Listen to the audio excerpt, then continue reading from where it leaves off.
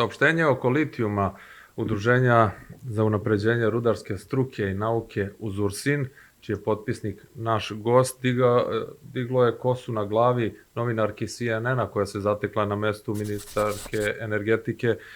Saznaćete i zašto je vatrena stihija zahvatila kopove kod Lazarevca, o čemu su mediji ćutali. Zapratite kanal Pravi odgovor. Naš gost je Lazar Kričak, redovni profesor Rudarskog geološkog fakulteta, šef Centra za miniranje i predsednik pomenutog udruženja.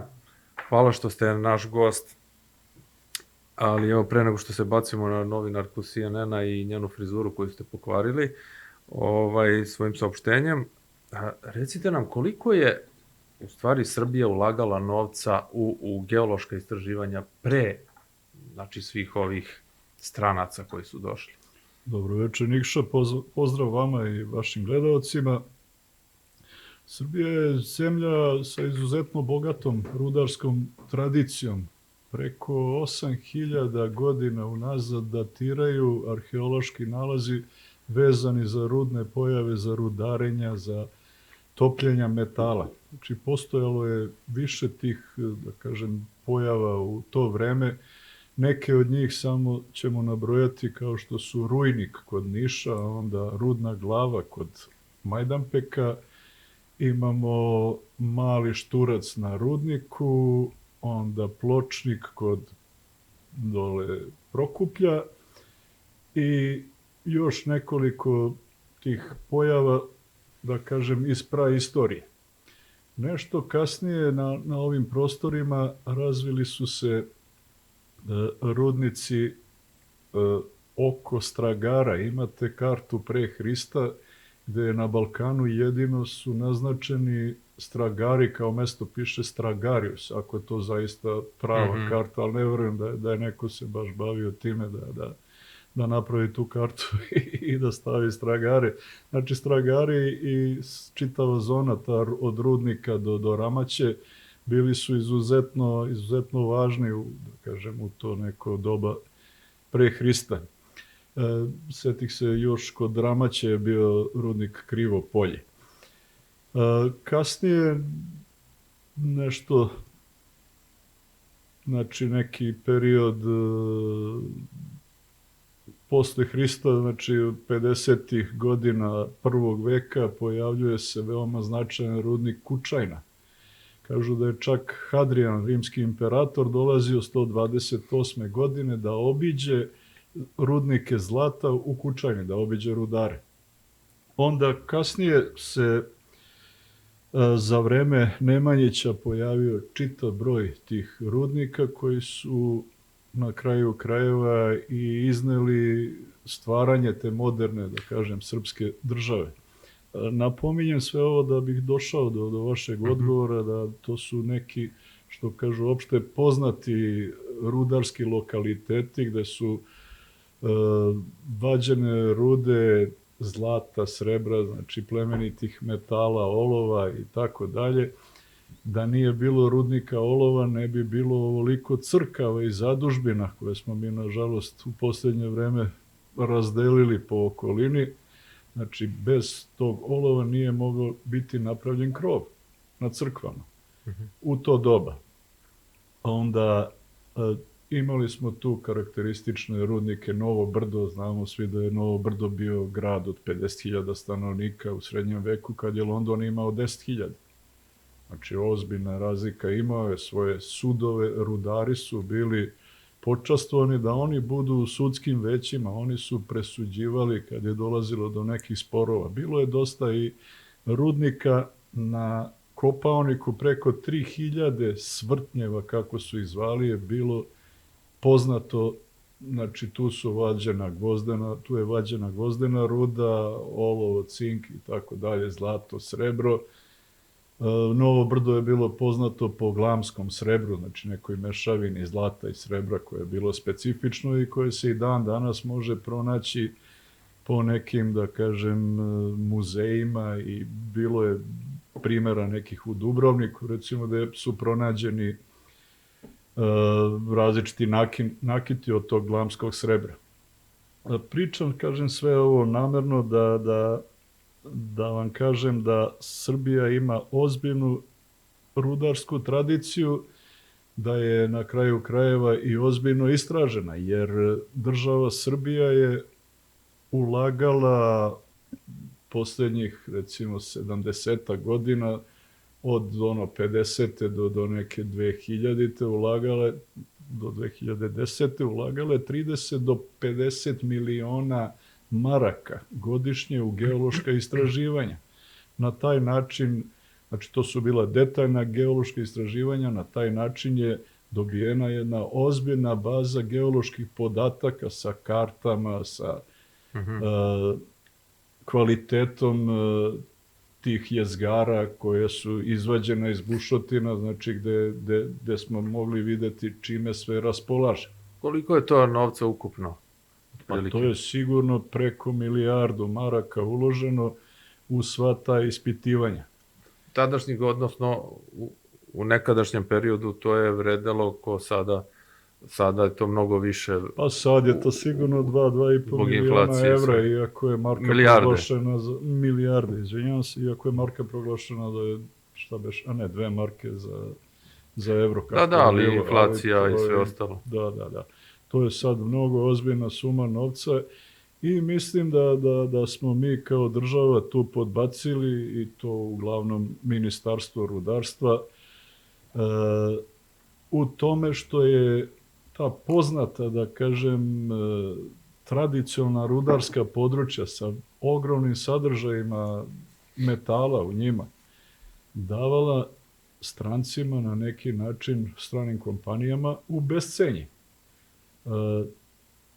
Prethodile su promene zakona nekoliko puta do sada od 2000. godine koje su išle na ruku stranim kompanijama da one na neki način što jeftinije dođu do našeg rudnog blaga, a ipak to rudno blago su nama ostavili naši preci, oni su ginuli za to, i to je ono što je posljednje što ostaje nekoj državi za spas ili za pokretanje njenog razvoja, jer u rudarstvu je, da kažem, najlakše zaraditi ta sredstva, iskopate, nešto preradite i prodate. Jednostavan je taj proces kako se dolazi, i brz kako se dolazi do novca. Znači, to su nam ostavili naši preci, a generalno sad sve ove ekipe političara i svi koji su bili u ministarstvima koje u svom nazivu imalo rudarstvo, znači oni su se prema tome ophodili prilično, što kažu, bezbrižno i nisu pridavali pažnju koliko je sredstava uloženo u istraživanje svih tih ležišta. Dobro, uloženo je istraživanja, milijarde su uložene, država Srbija je uložila. Je li ona to tako ulupila te pare ili je pronašla nešto? Naravno da je pronađeno nešto. Mi smo imali ranije 2 geološke kuće, Geozavod i Geoinstitut, pa je posljednjih, ne znam, pre jedno 10 godina možda, Geozavod ukinut. Kad je počela ova euforija za metalima, kad smo otvorili, što kažu, naša rudna ležišta prema svetu, kad je to nastao jedan stampedo ko će da se domogne tih naših ležišta, pogotovo u ovim tradicionalnim rudarskim područjima. Da napomenem samo da je Kučajna bila najveći rudnik zlata u Evropi u srednjem veku i da je u to vreme iz Kučajne izlazilo zlata i kovan zlatni novac za 5 generacija turskih sultana za čitavu Tursku imperiju. A je li posle toga ostalo još zlata? Mislim, toliko su nas Turci pljačkali.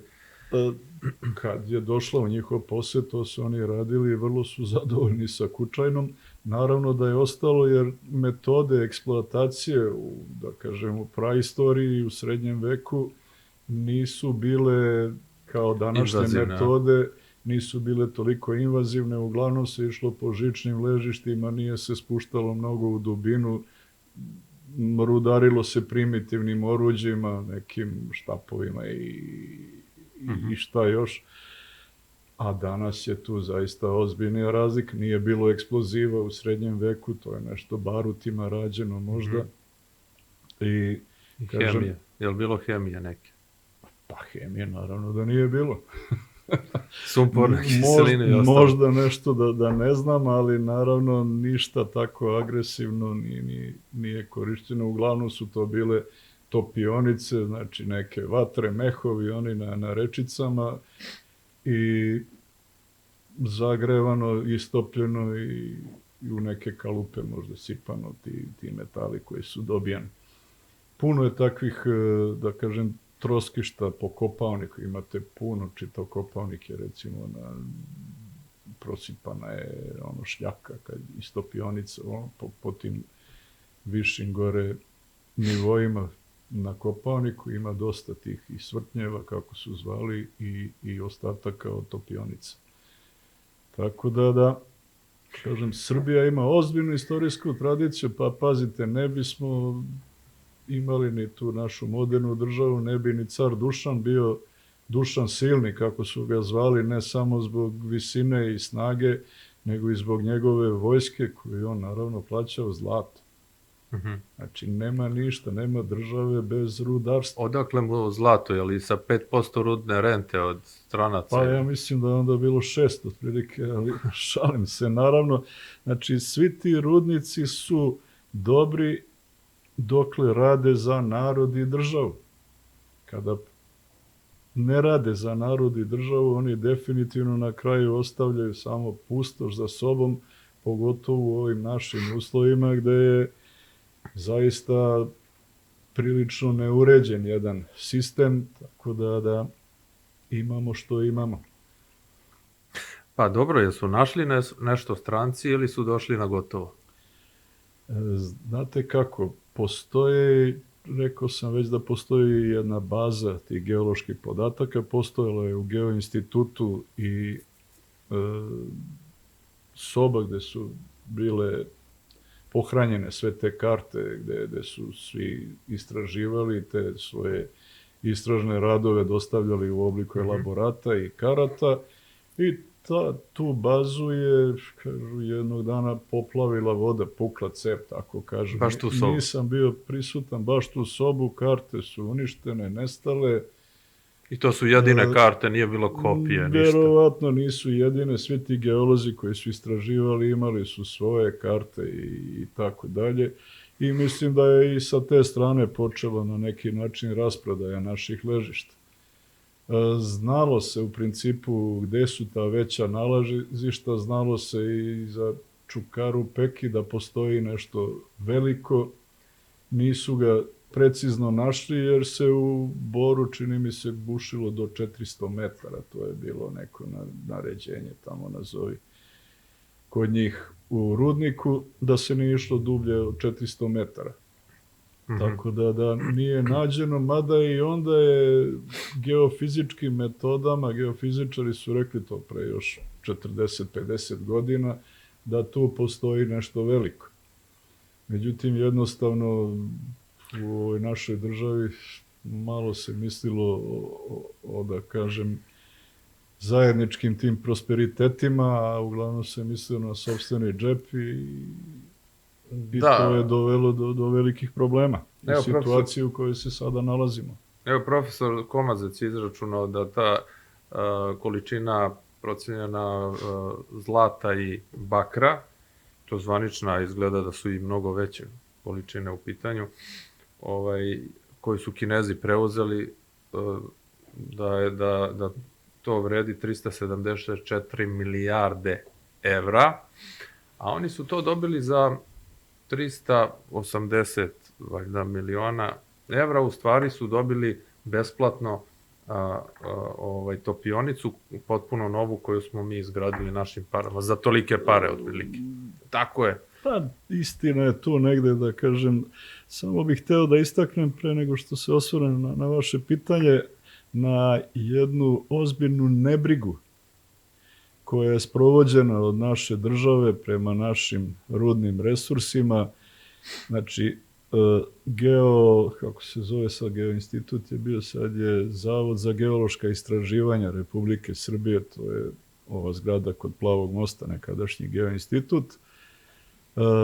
Ima opremu i za detaljna geološka istraživanja, znači ima bušilice, imao je, bar ne znam sada trenutno, ali je njemu naloženo da se bavi samo regionalnim istraživanjem. Šta to znači? Pa to znači da mi jednostavno nemamo pravo da sami nađemo šta to ima u našem dvorištu i da to sami kao dobri domaćini nekome prodamo, nego smo prepustili da to drugi rade umesto nas. Pa im je čak dozvoljeno da to što nađu u našem dvorištu, da preprodaju. Pa to je stvarno katastrofalno nedomaćinsko ponašanje. I to se dešava u nizu, znači svi ovi ljudi koji su bili na vlasti, posebno u Ministarstvu rudarstva, znači svi su oni doprineli da se tako odnosimo prema našim ležištima, prema našem bogatstvu. To je ono posljednje što sam rekao, što kažu naši stari, što u kuću treba, u crkvu se ne daje. To je to. Znači, zato su ginule generacije naših predaka. Znači, to mi ne smemo da dozvolimo da to dođe u ruke stranih kompanija, ne smemo da dozvolimo da oni to iskopavaju, da nama ostaju neke mrvice, znači, jer onda smo stvarno izgubljeni. I naravno uvek na kraju ostane tu crna rupa da zjapi i nešto što je nesanirano, tako da svedoci smo da se to više puta dešavalo u Srbiji.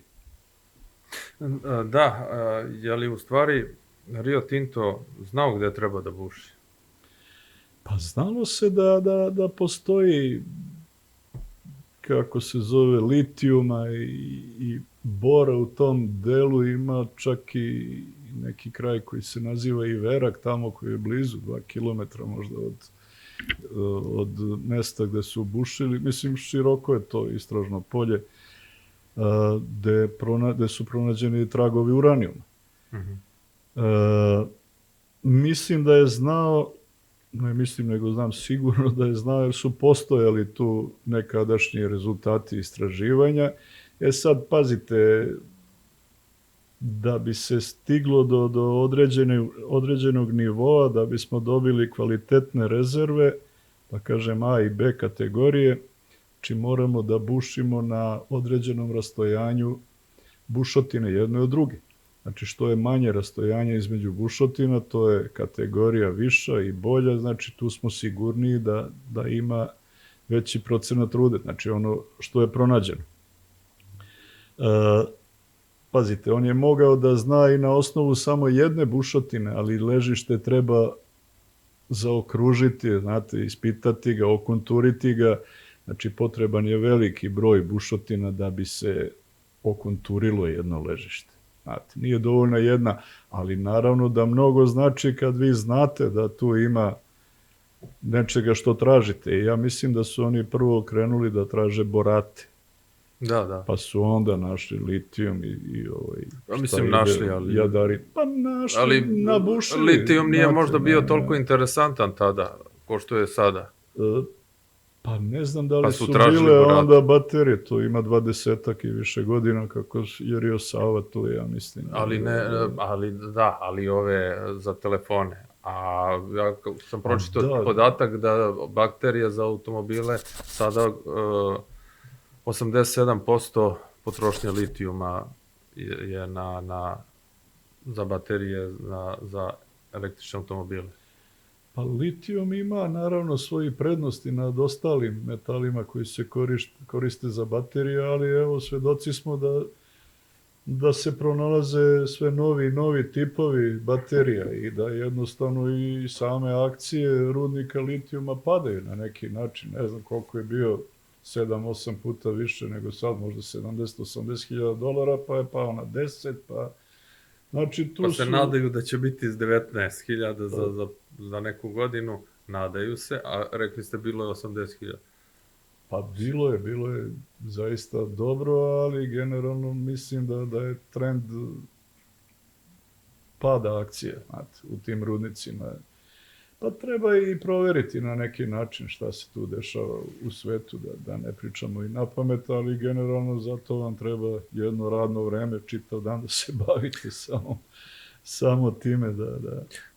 Rekli ste mi kad smo pričali još da je u 67. u Jadru nađen litijuma, da se čak i ranije zna. Nigde sam od kolega, ima tu dosta vesti od kolega koji su u ono vreme radili u geologiji i tako dalje i rečeno mi je da je pronađeno u Jadru litijum još 67. u nekoj bušotini, da su pronašli kad je rađena ta, kako se zove, geološka karta, čiji je naručilac bio Geološki savez, Geološki zavod Jugoslavije još. Tako da, znate šta, to nije proverena informacija, ima više tih neproverenih informacija, ali generalno mislim da se to može proveriti, tako da to ćemo i da uradimo na neki način. Ali mislim, nema razloga i da ne verujemo, kolege su ozbiljne i da, mislim, nije to ni neki toliko značajan podatak previše, mislim, još je Jovan Žujović pronašao litijum tamo.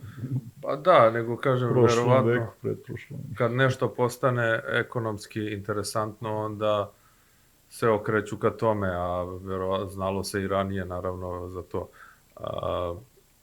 Ali da li je tačno da je u Ministarstvu energetike, da li je tad bila Zorana Mihajlović ili ko postavio specijalan tim koji se samo bavio Rio Tinto? Ja ne znam ko je bio tada u ministarstvu, ali znam samo da je bilo tih sastanaka gde je napravljen, to sam ja negdje i pročitao na sajtu njihovom, tim za Rio Savu, Rio Tinto, kako su ga nazvali. Mislim, nije to nešto strašno neobično, ali, znate, mislim... Pa možda kad je potpisala Brnabićka memorandum, kada 17. 18. godine. Ja mislim da može se nađe na sajtu ministarstva sastanci tima sa Rio Tintom ili nešto tako, negde mi stoji to da sam video, ali generalno to je lepo od neke države kad stojite na usluzi stranim ulagačima, ali bojim se da ovi strani ulagači nisu baš došli da ulože, nego da više odnesu nego što će da ulože. Tako da... A šta su oni, kako vi ocenjujete taj postupak? Da li su sve radili po propisu, da li su Rio Tinto, da li je... Pa znate šta, ima tu puno detalja i u toku istraživanja, ali kažem, treba vam da se posvetite samo tome, da to je najbolje sa nekim penzionerima pričati koji prate to po ceo dan šta se dešava, što kažem, imam puno i svoga posla i obaveza i onda ne stižem da ispratim sve ovako po nešto načujem, znam kome mogu da verujem, kome manje mogu da verujem i bilo je tu različitih priča, ali što kažu neke nek ostanu malo i tajna ako bude tu nekih problema sa naplatom štete sa njihove strane, pa da imamo i mi, što kažu, adute u svojim rukama, da jednostavno da ih tužimo za nešto što su pogrešno uradili, ako toga ima. Pa dobro, da, govorio je Sreten Đorđević, advokat, i o tome da su bez odobrenja 500 bušotina, ne znam, na poljoprivrednom zemljištu i tako dalje. Dakle, tu je trebalo da postoji odobrenje i Ministarstva poljoprivrede. Mislim da rudarsko ministarstvo ima neke, da kažem, prioritete u nekim stvarima, ali ne znam tačno detalje. Mislim, u svakom slučaju treba prvo izvršiti prenamenu zemljišta, ali ne znam baš da li mora u toku bušenja ili kasnije, ako se pokažu ti rezultati kako treba, da onda se vrši prenamena zemljišta. Ne znam stvarno baš te detalje, zaista to treba da budete enciklopedije, da to sve držite u glavi, znači ili da radite u ministarstvu ili kao vi da intervjuišete stručnjake i da što kažu, sublimirate ta znanja. A kakav je litijum uopšte kao element?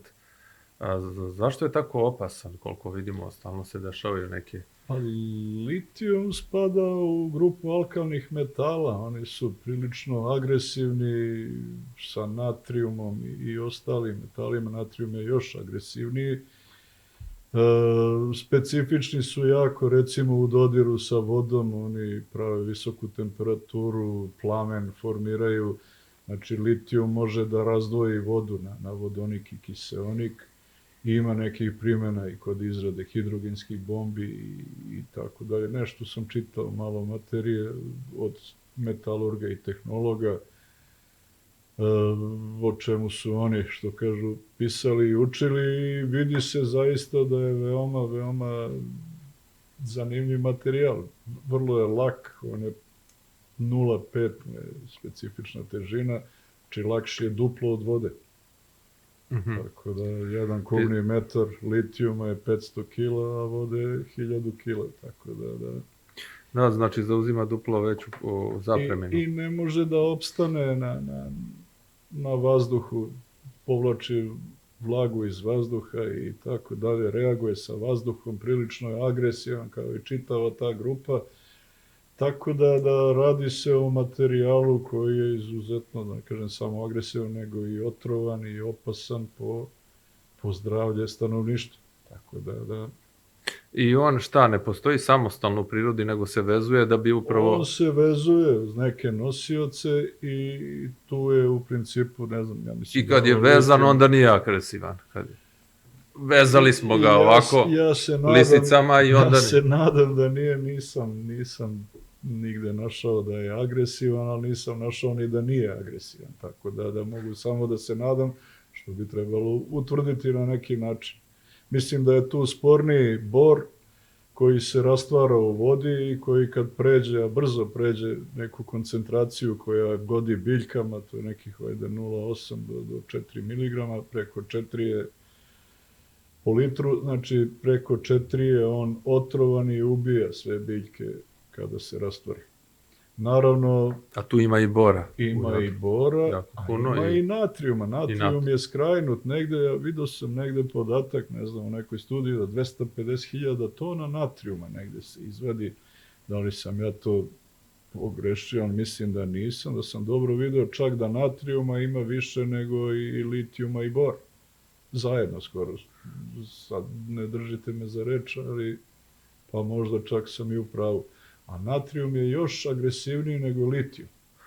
I on ozbiljno može da ošteti metale, a da ne pričam prirodu i da zagadi rečne tokove i tako dalje. I naravno još sam pročitao da ima arsena. Arsen je takođe, znamo, zašto se koristio još u doba Rimljana. Još u doba Borđija. Za šminkanje, ispadali zubi od šminke i onda je... Znači, tu je onako jedna skupina, da kažem, agresivno otrovnih materijala, minerala i u tom jadaritu. Znači, taj jadarit sadrži, taj naš kriptonit sadrži više od jednog otrovnog i opasnog materijala. Ima ih više, nekoliko njih. Pazite, ja mislim da je u sastavu jadarita natrijum, bor i litijum, a da su ovo neki, da kažem, dodatni materijali koji se otkopavaju, koji se nalaze uvek u sklopu i koji bi bili u sastavu odlagališta tog njihovog jalovišta, kako ga zovem. Da, i kakvo bi to bilo njihovo odlagalište, ona deponija. Oni su pričali nešto, oni bi podigli to da ne bi bile poplave, da ne bi poplavilo to, šta su rekli, 4 metra bi podigli. Pa ne, ja mislim da je to profesor Dinko Knežević pričao da li da se podigne ona zgrada u kojoj bi bila vršena prerada na 4 metra na stubovima, da ona u slučaju poplave ne bude ugrožena, ali ove deponije su naravno na zemljištu i čak ima tu dosta tog materijala koji treba deponovati nekoliko etaža, a ne znam gde sam vidio, da li u Utisku nedelje, profesor Stevanović kad je prikazao snimak tog dela, baš poplavljen, poplavljenog 2021. ili druge, kad je bila poplava. Znači, to je zaista nedovoljno sigurno, da kažem, u najmanju ruku. Ma znam, ali znam da je bila polemika baš između njih, profesor Stevanović koji je hidrogeolog i valjda je to bio taj Dinko Knežević. ovaj, da su baš govorili, jer zgradu je lako podignuti na 100 metara visine. A on je rekao, pa kako vi mislite da to podignete? Da je ipak deponija, zemljište. Znači, oni su, kaže, ne, postoje tehnološke mogućnosti, nije to. Dodao nas protiv. Mislim, ne znam. Ne znam, Pričali zaista su o nekom nisam to koritu. zapamtio, taj detalj baš, ali Pričali su, definitivno odlagalište mora da stoji na zemljištu. A obzirom na trenutne klimatske promjene, gde smo svi svedoci ozbiljnih kiša koje nikad ja u životu, što kažem, imam dosta godina, nikad nisam video da tako lije kao iz kabla, da padne 120 litara, što kažu, na dan kiše. Znači, tu nema spasa. Znači, ne treba vam bujica da dođe sa strane, samo da natopi 120 litara po kvadratnom metru. To je ozbiljna količina vode koja bi napravila, da kažem, poplavu na tom odlagalištu i odnela sigurno dobrim delom taj materijal deponovan u okolne vodotokove. Da li bi to prošlo u podzemne vodotokove ili površinske, svejedno je. U svakom slučaju, ako tu velika količina bora se rastvori, a i nje će biti sigurno u ostacima tamo od koncentrata, znači sigurno će prodreti u vodotokove i napraviti štetu u bližoj i daljoj okolini. Znači, tu zaista je teško bilo šta odbraniti, iako se sad zagovara priča da oni prave zasip neki, da ubacuju unutra u te, kako se zove, jamske objekte, ali i to je isto nedovoljno i tako dalje, nedovoljno sigurno, tako da je ozbiljan problem ta mogućnost mešanja sa površinskim i podzemnim vodotokovima što se tiče iskopanog materijala i kasnije materijala tretirano kroz koncentrat i dalju preradu koncentrata.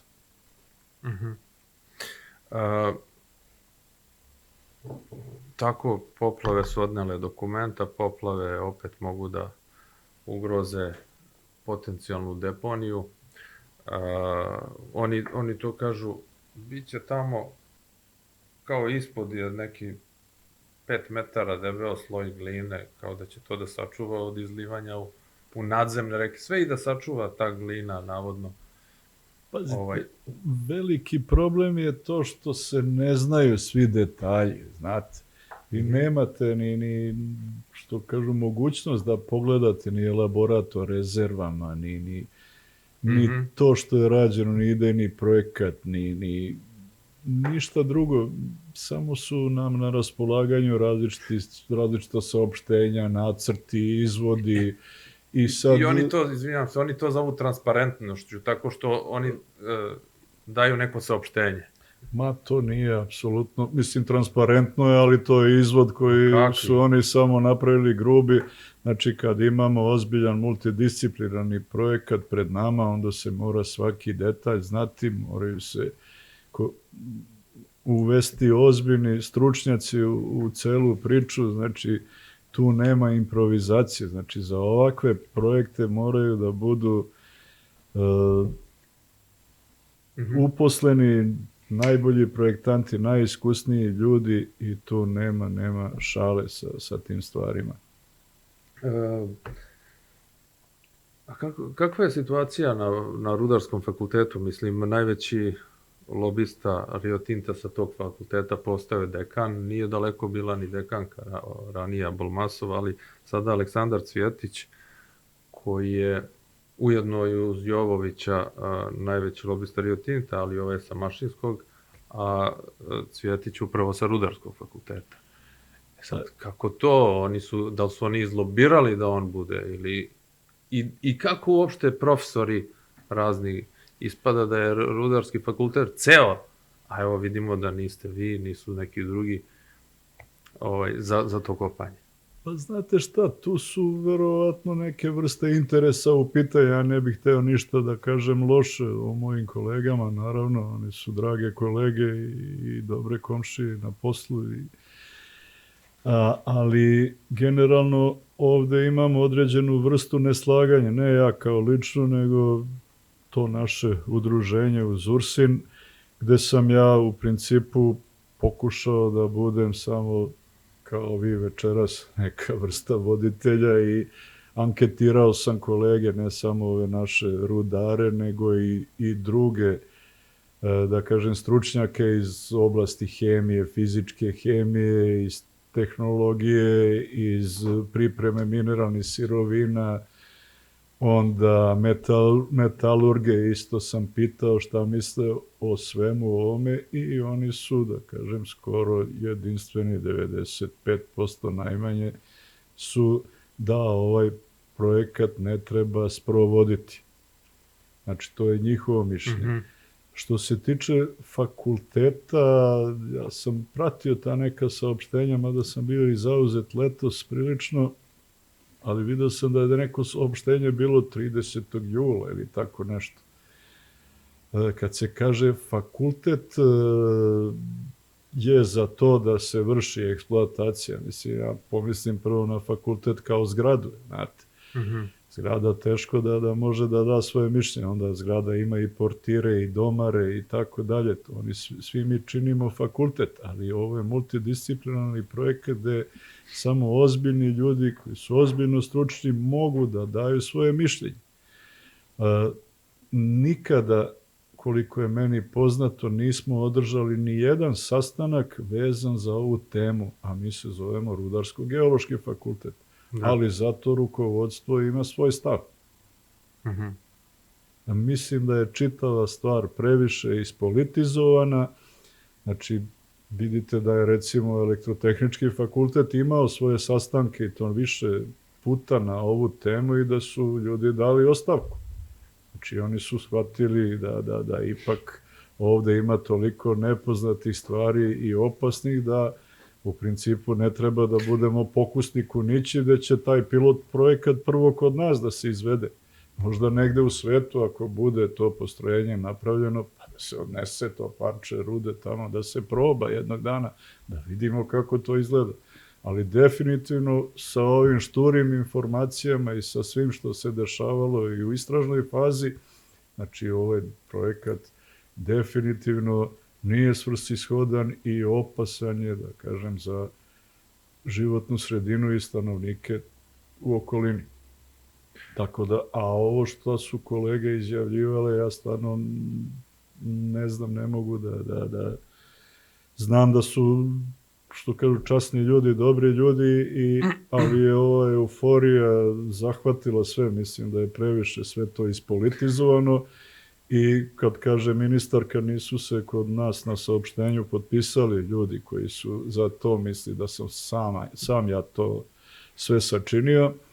Ja jednostavno sam hteo da zaštitim na neki način te ljude od opšte ovog ludila i kampanje, da sutra se ne nađu na poternici kao moje kolege sa fakulteta. Znate, ne znam da li ste videli, postoje poternice za kolegama mojim s fakulteta. Pa to je stvarno strašno i to nije stvarno dobro. Ja to ne odobravam uopšte. To je saopštenje. To je saopštenje. Saopštenje nekog pokreta, udruženja, stranke, bilo čega potpisuje jedan čovjek. To je uvek tako. Znači, ne potpisuje, to nije peticija pa da se potpisuje. A to što novinarka CNN-a spinuje, to je druga priča. Tako da nemojte i vi da se hvatate u tu zamku njenu. Ona je sad za mene ministarka, ja moram da je poštujem. Dobro, ja kažem. Iako nije iz struke, ali dobro, ja sad, vi ste novinar, pa verovatno volite da bude na vašoj strani, ali dobro. Ali koleginica s one suprotne strane. Ja bih voleo da je ona iz rudarske struke, ali dobro, mislim, ne mogu da kažem generalno loše, sve što je iznela na račun udruženja, sve je to bilo prilično tačno, prilično je dobro obavešteno našim greškama, nekim je došlo do... Ona nije odgovorila na vaše ove primetbe ozbiljne, nego je, ali je zato veoma dobro znala da imate neki mizeran... Blokadu od 6.000 dinara, da. 6.000 dinara je bila bio dug. Mi zaista nismo znali. Ali ona je znala. Udruženje je na neki način malo i zaustavilo svoj rad za vreme korone i tako dalje. I naravno i u startu od osnivanja 2014. mi smo bili pod stalnim pritiskom političara i kojekakvih sekti u rudarstvu, tako da bilo je zaista problema, ali smo održali to udruženje i da kažem uvek ćemo biti na braniku otadžbine što se tiče ovih resursa koji se poklanjaju, da kažem, stranim silama, stranim kompanijama. Jer vi imate, ne znam da se sećate, u Metropolu kad je bila zakazana, kako se to zvalo, konferencija o ležištima mineralnih sirovina Srbije, gde su pokrovitelji strani ambasadori, engleski, kanadski, ne znam ko je još bio, australijski, i naravno tu su svi ovi naši, što kažu, stručnjaci koji hrle stranim agendama u susret i stranim poslodavcima i kao neki makroji naših ležišta, i uvek se tu pojavljivalo i ministarstvo. Znači sva ministarstva ili su dolazili ministri ili su slali pomoćnike na te konferencije. Generalno mi od toga nismo imali ništa, a svim tim ministarstvima rudarstva je narod stavio na raspolaganje najveće bogatstvo koje ova država ima.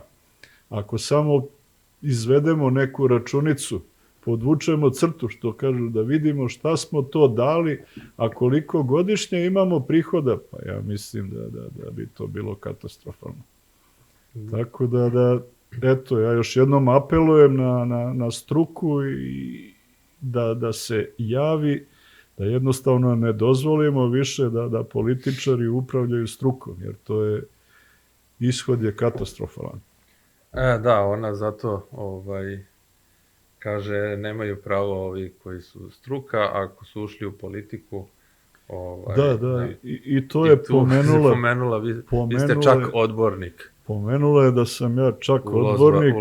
Naravno, ja nisam presrećan što sam morao da uđem u svet politike, ali sam ušao sa ekipom koja je u to vreme, što kažu, izgledala ovako najrealnije, sa kvalitetnim, časnim ljudima, koja nije bila na vlasti, a ušao sam zato da me sutra ne bi bilo sramota i predaka i potomaka, što se nisam borio. Ja sada pozivam i druge kolege i sve časne ljude u Srbiji da i oni uzmu učešća u ovoj borbi protiv pošasti koja nas je zadesila.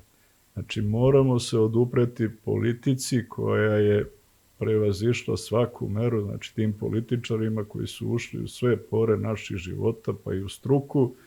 Znači, postavljaju nekvalitetne ljude, postavljaju ljude bez diploma, sa kojima im je lako upravljati i dovode firme do stečaja. Mi smo imali, ne znam, sećate se verovatno i one 24, kako se to zovu, privatizacije koje nisu transparentne bile i koje smo dobili kao zadatak od Evrope da razrešimo.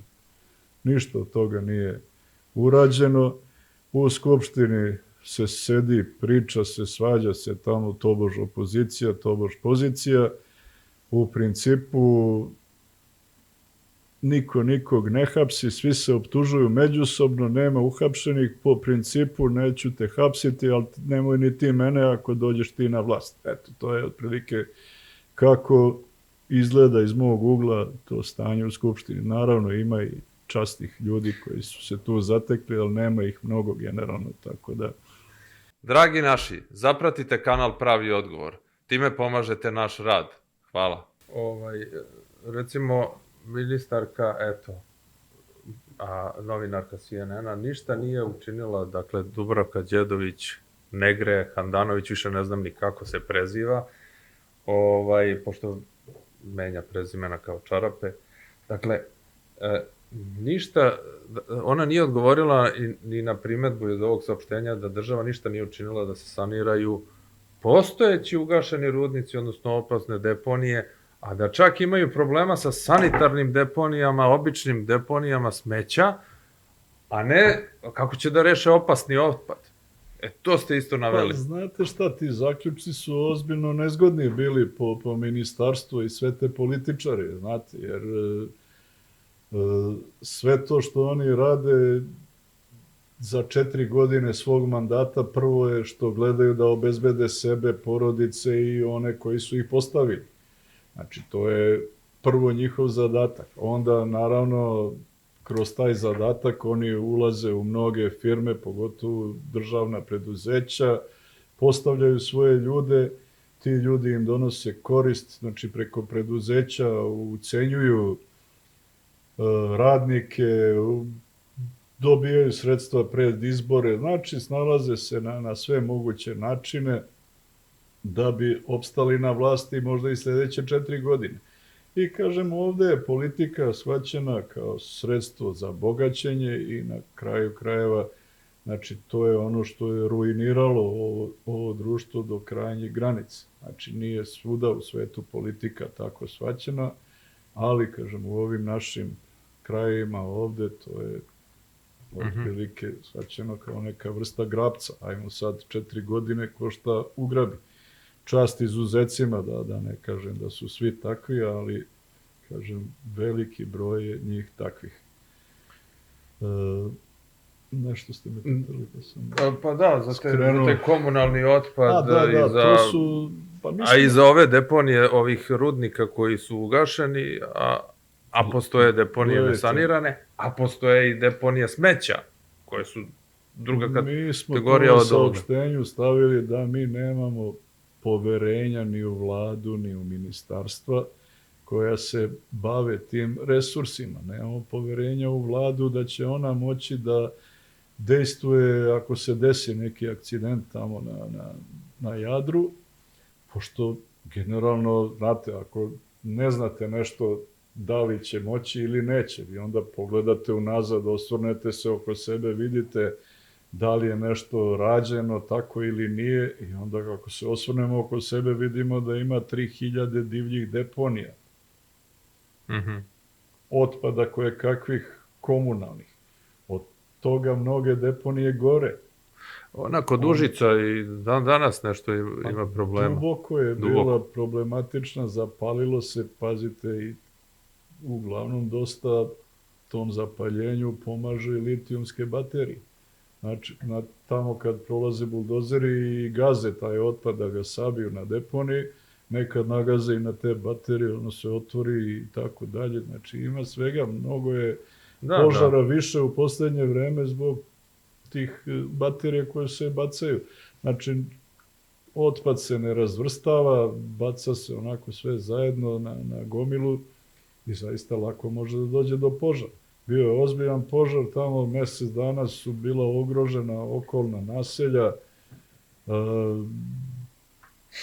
Slučajno znam ekipe koje se bave sanacijom tih požara i mi isto imam sa kolegama nekih dronova sa termalnim kamerama i može da se nadleti, da se vide gde su ta žarišta. Onda su doneli neku odluku da betoniraju tu, znate, bacali su beton silan na deponiju, postoje tu i druga sredstva, druge mogućnosti, ali, kažem, generalno sve se radi ad hoc ovde i u vođenju države, i u vođenju opština i, da kažem, do mesnih zajednica ne postoje nikakvi planovi, ne poštuju se prostorni planovi.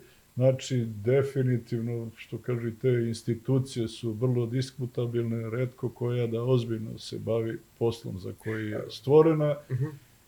Pa to je nešto što ne uliva poverenje generalno da će ta naša vlast moći da odgovori eventualnim problemima koji se mogu javiti na projektu Jadar. Pošto smo uvek tako servilni prema tim stranim kompanijama i dajemo čak i one, kako se to zovu, nije donacije, nego njima da zaposle radnike i da to je stvarno neobično, znate. Ali, kažem, u medijima uvek se može videti da je to sve odlično i super i da to tako treba, ali generalno opet na kraju matematika i ekonomija je surova, podvučete crtu šta ste uložili, šta ste dobili. Znate kako se gleda da li je neko bio dobar vladar ili ne? Samo uzmete šta mu je to dato na raspolaganje, kojim resursima je upravljao i kakve rezultate ostvario. Znači, nema tu mnogo mudrosti. Sad će onaj da priča, znate, u medijima sve može, izvinjam se, u medijima sve može. Znači, svi smo mi lepi, krasni i divni, ali generalno učinak se gleda. To je struka. Znači, jedno je politika, drugo je struka. Struka gleda učinak. Tako da ovde, kažem, sve je mnogo ispolitizovano, prevedeno na demokratski sistem odlučivanja umesto na stručni, i to političarima odgovara. Znate, oni vole demokratiju, jer tamo uvek mogu da skupe neke ljude koji će da podignu ruke. A nema veze, znate, demokratija u struci ne postoji. Još je Platon tamo u nekoj svojoj onoj knjizi o Republici govorio da demokratija ima silne manjkavosti. Na primjeru onog broda gde su mornari, kako se zove, bili u većini, nadvlasali gazdu i kapetana, zauzeli brod, ali nisu stigli tamo gde treba. I brod se potopio, znači, posle kratkog vremena, znate. Tako i ovde. Znači, mornari bi mogli biti političari, gazda bi bio narod, a kapetan bi bio struka. I jednostavno, mi ako ne vratimo struku tamo gde je mesto, ako ne vratimo stručne ljude na važne pozicije u ozbiljnim državnim firmama, ako još postoje, znači, mi smo završili priču. Nema ni nas, ni znači, privreda nam je u kolapsu. Čim je privreda u kolapsu, i država je u kolapsu. Tako da... Mi smo ušli u idiokratiju, to je onaj film Idiokratija, gde stvarno počeli su da vladaju idioti. Ali, eto, sa tom deponijom koju ste rekli, stvarno ja sam i pomišljao na to da to mogu biti litijumske baterije. Oni govore o metanu, zapalio se metan, ali opet nešto treba da inicira paljenje metana. Varnica treba, varnica može da se nađe. Metan mora da bude u onom opasnoj koncentraciji, nekih 8,5% je što kažu, u kubnom metru opasna koncentracija metana i sad to eksplodira onako baš ozbiljno. Tako da... A znamo za litijum da se pali sam od sebe u dodiru sa vlagom, sa... Pa znate, kad ga nešto nagazi, te baterije se, znate, ako ih punite neodgovarajućom strujom, ako ih punite većom strujom, a nemaju neke tamo ograničavajuće faktore, znači one se naduju. Ja sam skoro imao primjer, pogrešim punjač, uzmem ćerkin od kompjutera, onaj Type-C, i ubacim u moj telefon, pogledam, spade mi ona maska pozadi, baterija se nadula duplo i otvorila mi telefon na pola. I morao sam da zamenim bateriju. Znači, vrlo lako, što kažu, može se desiti. Sad skoro bilo, nema... Ja ne znam na kom se telefonu još menjaju baterije, pošto su... Ne, otvori se telefon, izvadi se baterija i ubaci se. Nosio sam kod majstora i za mene, evo ga, tu nije. Zato što sad više ne mogu ni da se... To su tako zatvoreni. A nekad je moglo, samo svučete poklopac izvadite. Ne, ali otvori se kućište i unutra je baterija, lepo se zameni, nikakav problem. Da, pa dobro, mora majstor da otvori praktično. Ne možete vi, ono smo mogli mi sami, a ovo mora kod majstora, tako da. Ali kad pričamo o tim požarima, šta se u stvari desilo u Medoševcu, kod Lazaravca, kako su se to zapalili kopovi uglja? Jer, evo, sad mi kažete da je ugašena vatra, ali niko ništa nije javljao, niko ništa, a zapravo tamo je gorelo. Moguće da nije niko ništa javljao, pošto je to tamo česta pojava. Postoje neki delovi kopa koji tinjaju, znači dođe do samozapaljenja uglja ili nekad nekim požarom možda se pripalio neki deo etaže i jednostavno u dodiru sa kiseonikom taj požar se poveća ili se umanji i tako dalje. Bilo je to već onako na samoj granici, možda malo zapušteno, bilo je i dima onako u okolini na 10 kilometra u određenim pravcima kako je vetar duvao, ali to su tamo neke, da kažem, relativno česte pojave, mada tu treba ozbiljno povesti računa i na vreme reagovati. Znate, A kako dođe do samozapaljenja uglja? Pa imate različite procese u uglju, ima i sumpora, postoje i određene anaerobne bakterije koje tu rade svoj posao i jednostavno zagrevaju sve to.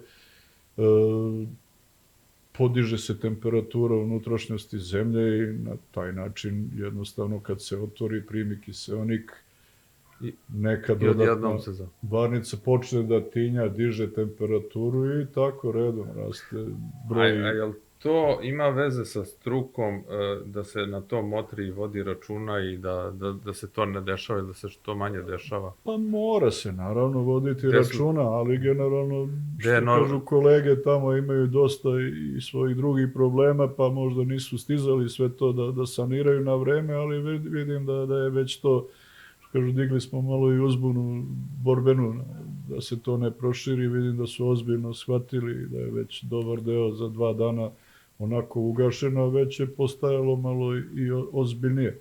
Ali srećom tamo nema puno uglja, pošto su promašili kopove, je li to taj pojas? Pa nije, to je neki gornji deo kopa, tu su možda neki prostojci koji gore i tako dalje. Kažem, srećom. Očekuju se veće količine dole, kako bar istražni radovi kažu, u dubini, tako da...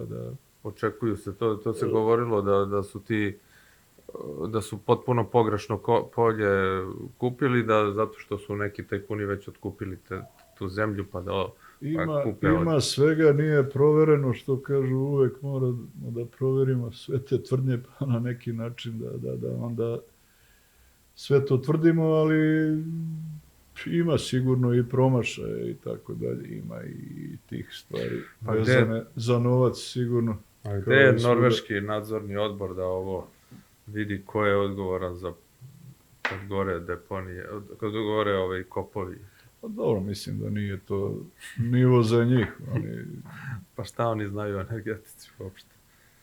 Pa šta da vam kažem, pazite, u EPS-u ima stvarno dosta problema, ima tu sad i nekih dobrih pomaka, vidim, postavljaju se ljudi ipak, onako što kažu, od struke više nego što je ranije bilo, znači ovi političari se malo guraju u zapećak, to je jako važno, ako ne postavimo ljude od struke u EPS-u na važna mesta, imat ćemo stvarno velikih problema, jer EPS ako nam strada, onda nema ni Srbije.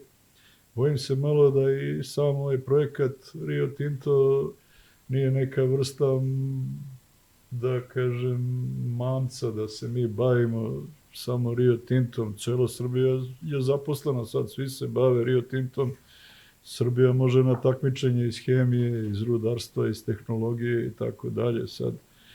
Ali bojim se da tu ima još mnogo problema osim tog, da ne kažem Rio Save, ajde da budem precizan.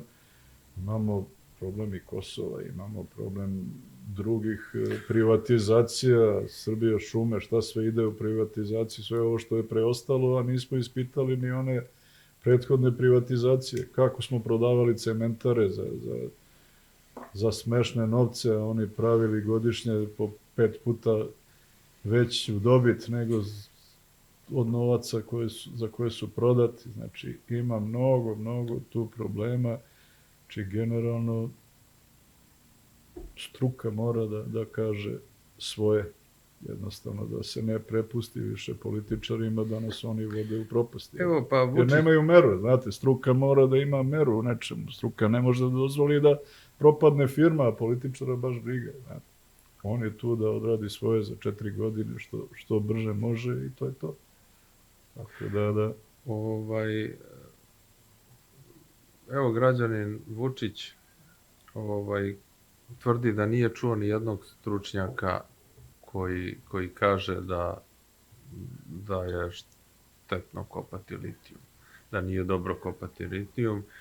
I onda on kreće sa pričama, to su sve ravnozemljaši, mada po meni ravnozemljaši su ovi Kinezi koji su sravnili sa zemljom ove planine tamo na istoku Srbije, kod Bora i Majdanpeka i tako da.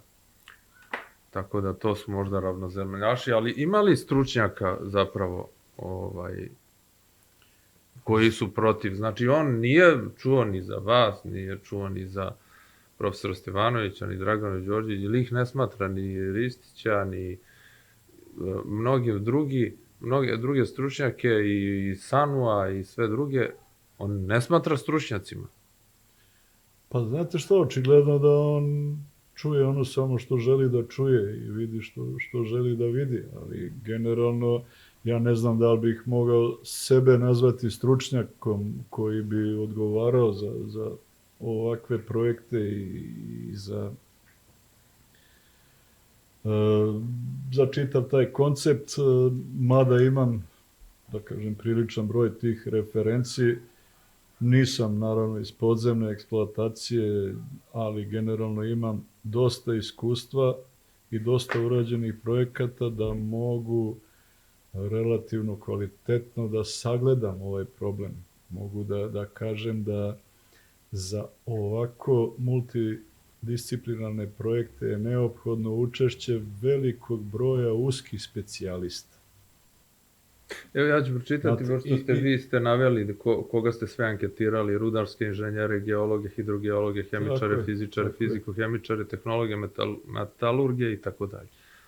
Kažem, mislim da sam se kvalifikovao sad kad smo ispravili sve ovo što nam je ministarka našla manu, da sam se kvalifikovao makar da budem voditelj među tim svojim kolegama kao vi večeras, da njih intervjuišem na neki način šta misle i stvarno sam to čestito radio, što kažu, ali evo, došli smo do zaključka da ni u kom slučaju ne treba otvarati taj projekat. Znači, uopšte se ne treba upuštati u eksploataciju i naveli smo tamo čitav niz faktora vezanih za podzemnu eksploataciju gde može da dođe do mešanja agresivnih i otrovnih komponenti sa ovim površinskim i podzemnim vodotokovima, onda može doći do mešanja materijala sa deponije u slučaju poplava, može doći do sleganja terena, to su neki onako rudarski faktori, što kažu ovde, eksploatacija generalno i najmanje te, da kažem,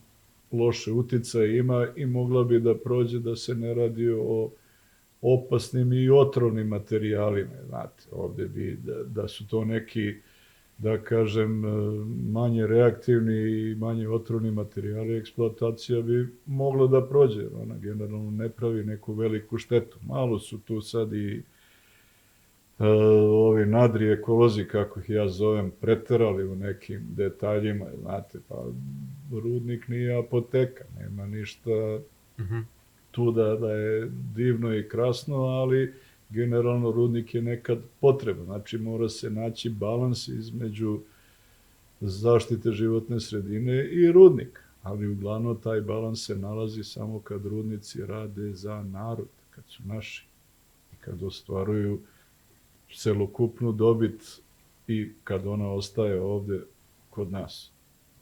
Znači, a u svakom drugom slučaju imamo problem. Kažem, stranci ili neke kompanije privatne otkopaju to, ostave nam, kako se zove, ta mesta zatrovana, poremećeno tlo i tako dalje, ne uradi se rekultivacija, tu smo svedoci gomile tih samo razvršenih brda od ovih kopova nemetala, kamenoloma, kako i zovu već, nigde nije urađena rekultivacija. U Kolubari, recimo, koja ima nekih zahvata 10-11 hiljada hektara. Ja mislim da je 80 hektara urađeno rekultivacije, mada ima tu prostora da se još radi, gde je već završena eksploatacija, ali se ne radi, pošto definitivno se nalaze i u problemu sa kopanjem uglja. Znači, dok vi ne stvarate dobit, ne možete ni omogućiti sebi da vršite rekultivaciju. Zato se u Americi ostavlja, recimo, čim počnete da se bavite rudarstvom na nekom eksploatacionom polju, vi ste dužni da ostavite 3% od procenjene vrednosti ležišta, da deponujete kod države i posle država sama izvrši rekultivaciju ako vaša firma padne u stečaj. Znate, kod nas to nema nigde, to je onako... Kod nas je to rudna renta. Pa zaista rudna renta je to deponovanje sredstava. samo šlag na tortu, ovo što se pominjao, tih 5%, pa zaista ja ne znam domaćina da dovedemo najgoreg sa sela, onog ko bi tako nešto radio, ko bi krenuo u opasan poduhvat, a da mu ostane 5% i to i tih 5% nesigurnih. Jer pazite, to kaže tamo od neke dobiti, firma uvek može da fingira, kao što ovi svi stranci koji rade ovde fingiraju tu svoju dobit, smanji to na minimum, čak kaže da je poslovao u minusu i još kaže još trebamo i treba da im doplaćujemo. Da. Mislim, nema smisla stvarno. Nema brige, znači država ako to daje na korišćenje, neko mora da postavi svog ozbiljnog čoveka ko će to da isprati. Naše ministarstvo je doskoro imalo 1-2 ministra, a ima preko 140 objekata u zemlji. Ministra ovoga inspektora rudarskog, izvinjam se. Pominje me ministarka, verovatno. Šalim se, da. Vi ste, vaša uska struka je miniranje, je li tako, u rudarstvu, Tako je. pa šta to možete da nam kažete, s obzirom da je recimo za ovaj projekat pominjane neke 1000 tona, ne znam koliko tona dnevno, eksploziva, koji se eksploziv, kakav se eksploziv koristi, šta to može da izazove ako se ne pazi, ili ako taj sam materijal nije pogodan ili pogodno tle. Eksploziv je specifična materija, kad vi dobijete hemijsku reakciju za nekoliko mikrosekundi, detonaciju koja je ozbiljno brza i koja je u neku ruku neponovljiva, znači vi to posmatrate na jedan specifičan način. Ja kad pričam kolegama, studentima o eksplozivu i pominjem sve one filmove kad na filmu vidite neku eksploziju, pa onda ovim glumci naprave dvokorak, pa skoče kroz prozor. Kažem, ljudi, od toga ništa nije istinito, jer on i ne zna da je mrtav, već je mrtav u deliću sekunde ako se našao blizu eksploziva. Znači, specifična materija oko koje se pravi uvek dosta fame, jer ljudi i ne poznaju i ne znaju karakteristike eksploziva. Generalno to što je tamo napisano, to u principu nisu neke količine, mnogo se veće količine koriste na površinskim kopovima.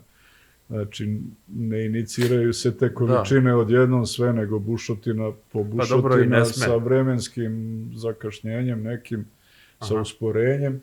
Tako da eksploziv ne predstavlja neki problem generalno kod eksploatacije. Jer, pazite, i danas se prave emulzivni eksplozivi koji kao produkte detonacije imaju samo vodenu paru, ugljen dioksid i tako nešto, znači ništa otrovno. Ovi ranije su imali možda malo azotnih gasova, sumpor dioksida i šta znam još, ali u tragovima koji brzo nestanu. Znači, generalno današnji eksplozivi, savremeni eksplozivi ne predstavljaju neku štetu za, da kažem, za okolinu. A nedovoljan broj stručnih, obučenih ljudi, kako ste, jel se to odnosi i na tu oblast? Pa znate šta, što kažu, za miniranje se i može pronaći, znate.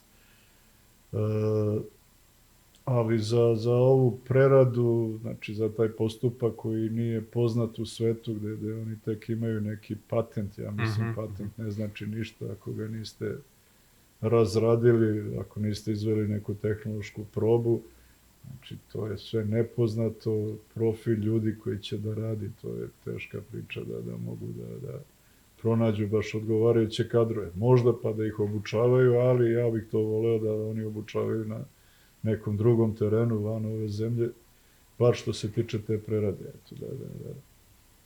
Da, u Homolju smo, šta se dešava tamo, u stvari,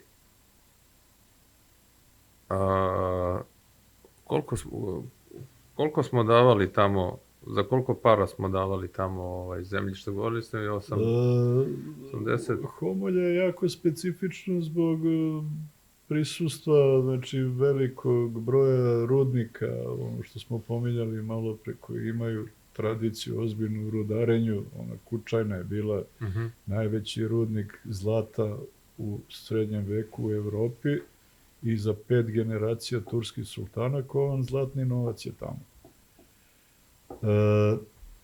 Znači, taj teren su dobile određene firme na istraživanje po ceni od 80 € po kvadratnom kilometru. To je... Što je nedopustivo za terene za koje se zna da tu već postoji nešto, da je to bio najveći rudnik u Evropi, da sigurno mora da ima nešto tamo u okolini. To su bili radovi, da kažem, eksploatacija malih razmera, nije to bilo, znate, kao danas. Znači, definitivno da je ostalo sigurno još nešto, ako ne i bolje nego što je bilo. To je, kvadratni kilometar je 1.000.000 kvadratnih metara. Tako je. Hektara koliko izađe? To je 100 hektara. 100 hektara. Tako je. 100 hektara dobijete za 80 €. Ali na istraživanje. Znači, to je svake godine se plaća,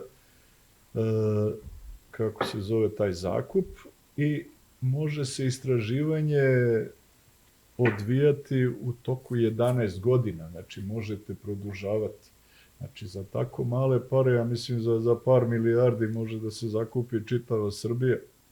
A vi nemate pravo na ničijem istražnom prostoru da gradite bilo šta.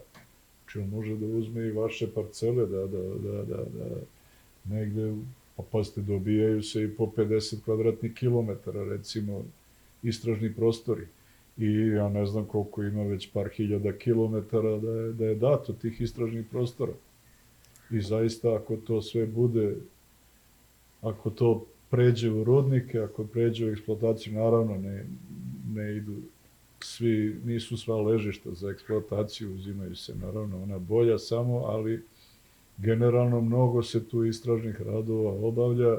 Ne znam kakva je strategija ove države, da li je neko tu razmišljao o migracijama stanovništva, jer definitivno ako krene Jadar, ako krene Valjevo, ako krene, gde će se taj narod iseliti? Znači, doći će do ozbiljnih migracija stanovništva.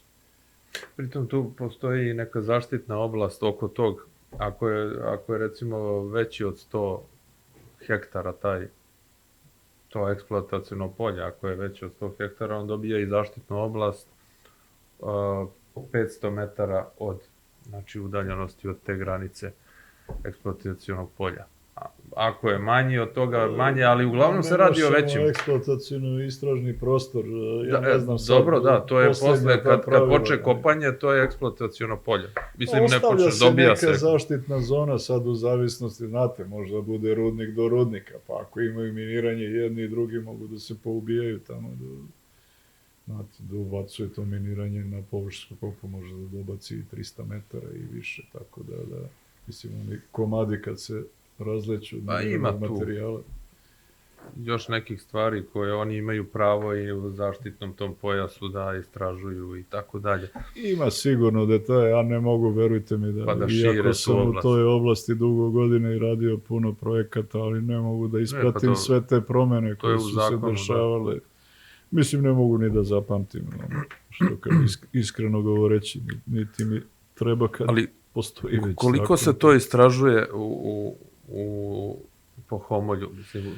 Pa, da vam kažem, bili smo tamo nekom prilikom snimali neki teren i videli smo gomilu džipova da tu prolaze kroz šumu, baš ozbiljan saobraćaj tamo, da se istražuje. Planinsku šumu.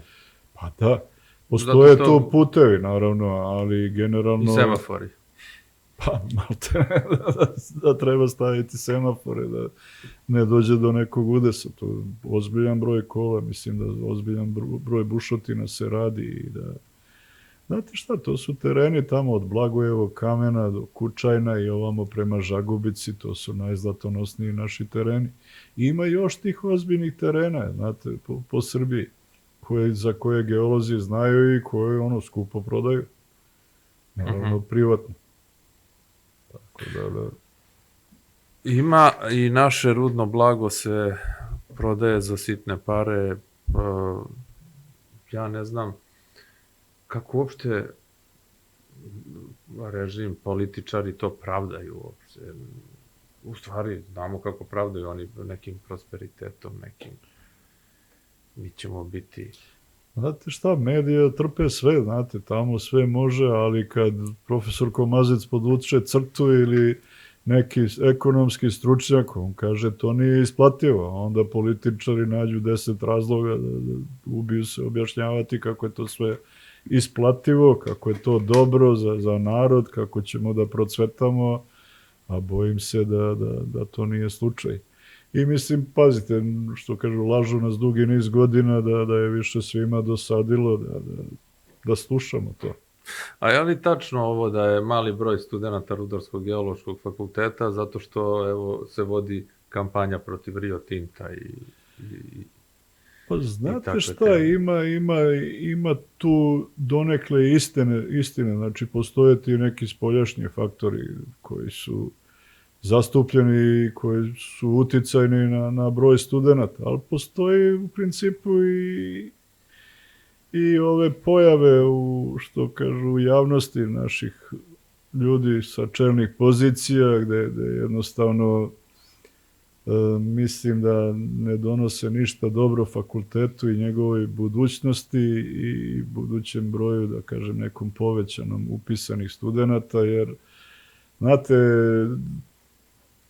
situacija je napravljena tako da su ostrašćene, maltene dve strane, sad kao navijačka i tako dalje. I sad to, mislim da fakultetu ne treba generalno da izlazi mnogo u javnost, treba jednostavno odrediti taj ekspertski tim i koji će da kaže svoje mišljenje i tu je kraj, ali ne može da izađe fakultet sa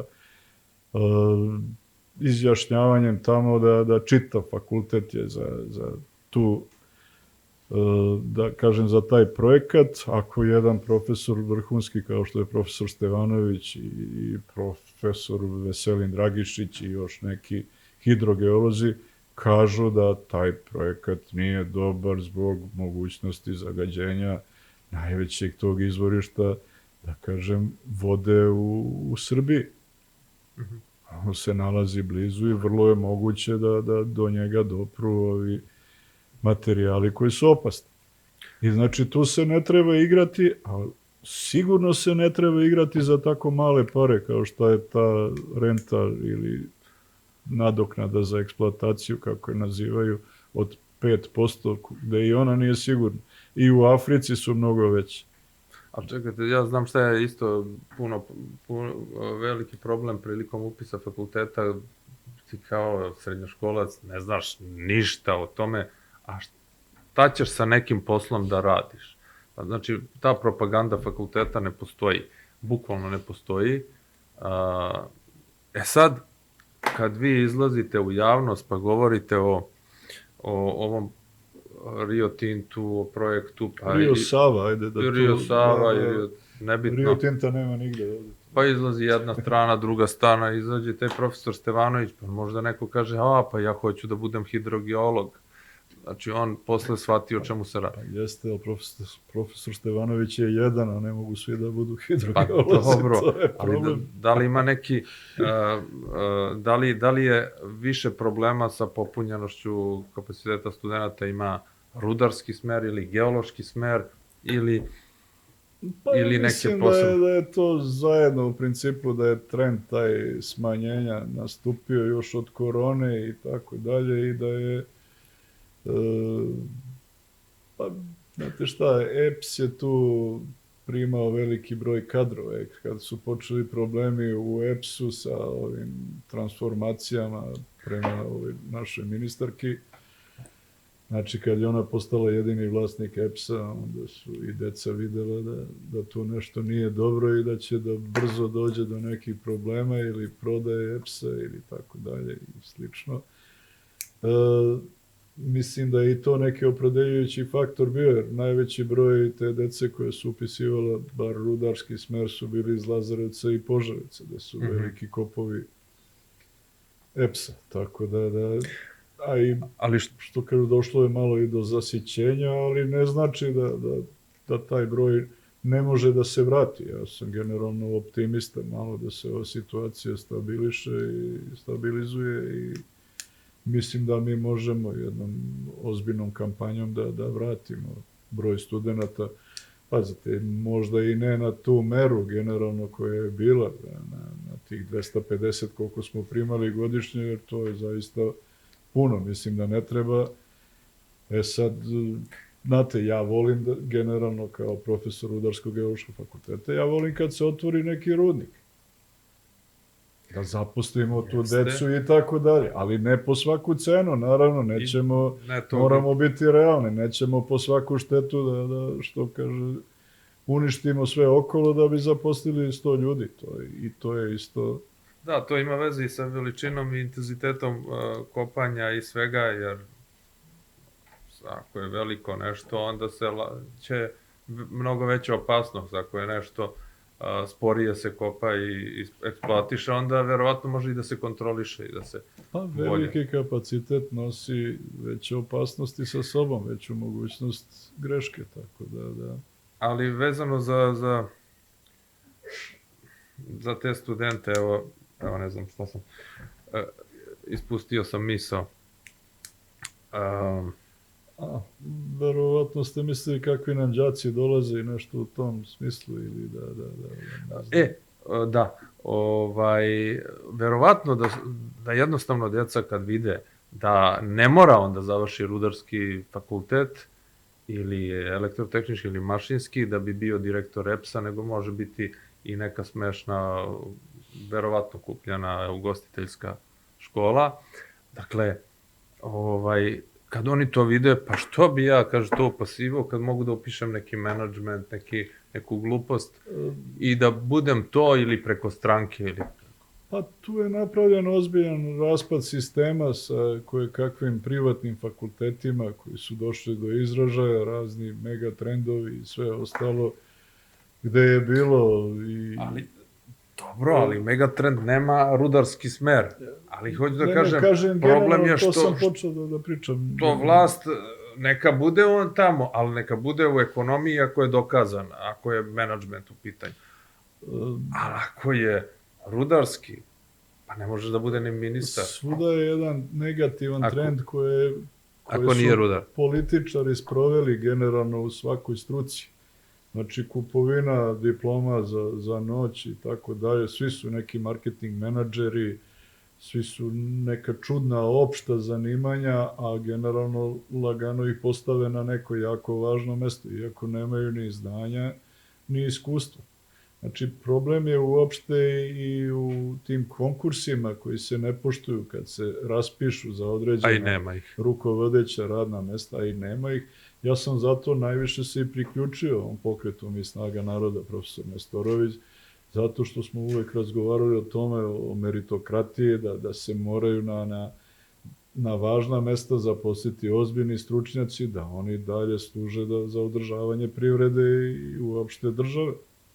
Jer vi ne možete sa političarom koji je završio preko noći da jednostavno napravite ništa. Možete samo da firmu svedete pod stečaj, da je poklonite nekom, prodate u bescenje, kao što je mnogo puta bio slučaj.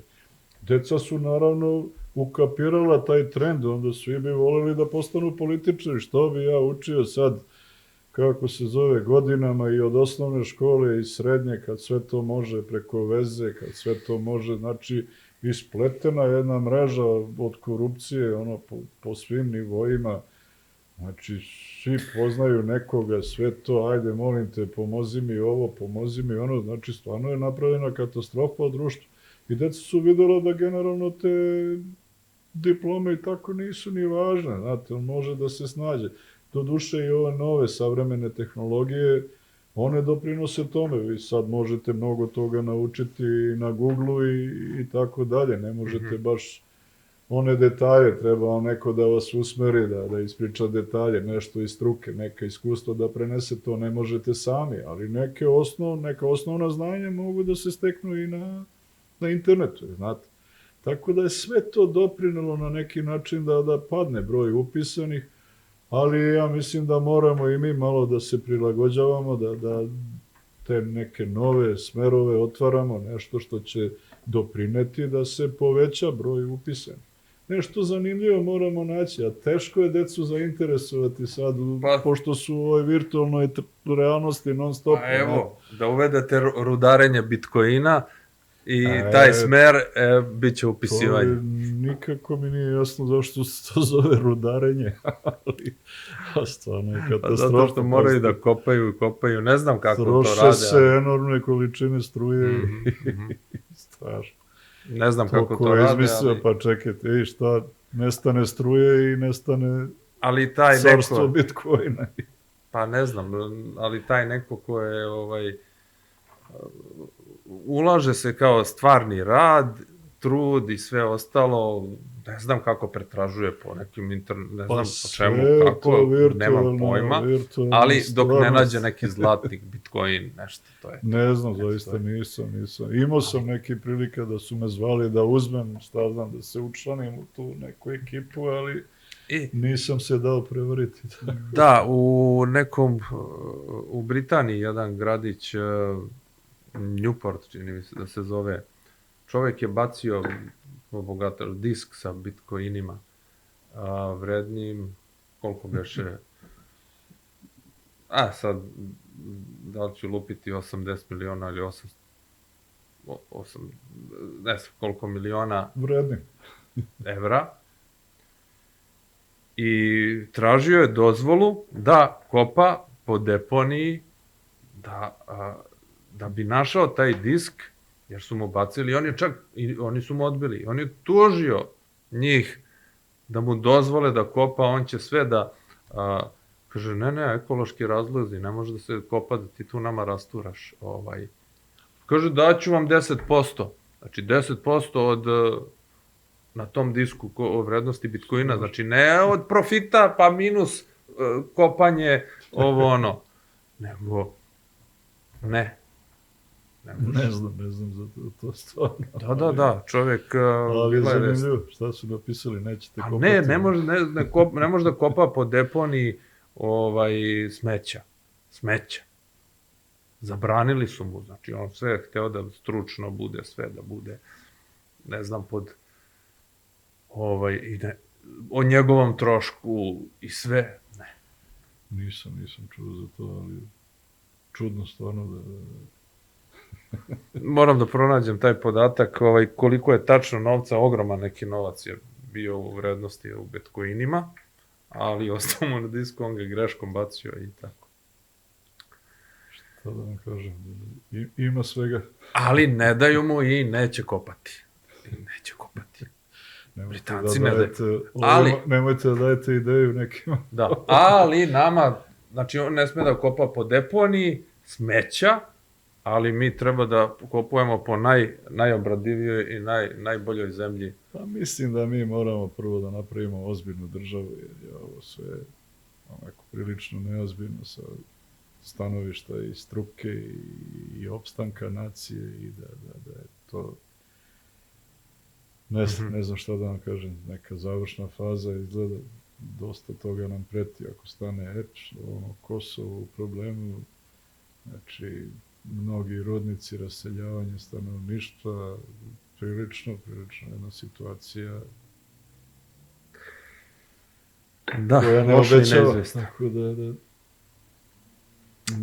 morali bi tu ozbiljno da se pozabavimo, čini mi se, pravljenjem države, jer ovo ne postoji ništa, institucije ne rade svoj posao i šta onda možete očekivati, pa što narod izdržava sve te ljude koji rade po institucijama, ako one ne rade za narod i ne rade svoj posao. Da, profesore, hvala vam na gostovanju. Hvala vama, Nikša. Eto, prošlo je brzo, tako da... Pa dobro, i nije tako brzo. Nadam se da će biti zanimljivo za naše gledalce. Takođe, nadam se. Naš gost je bio profesor Lazar Kričak, ja sam Nikša Bulatović, gledali ste još jednu emisiju na kanalu Pravi odgovor. Ako niste zapratili kanal, zapratite. Hvala svima koji već prate kanal i onima koji su članovi kanala. Gledajte nas, pogledajte i neku emisiju koju ste propustili. Hvala još jednom, vidimo se uskoro.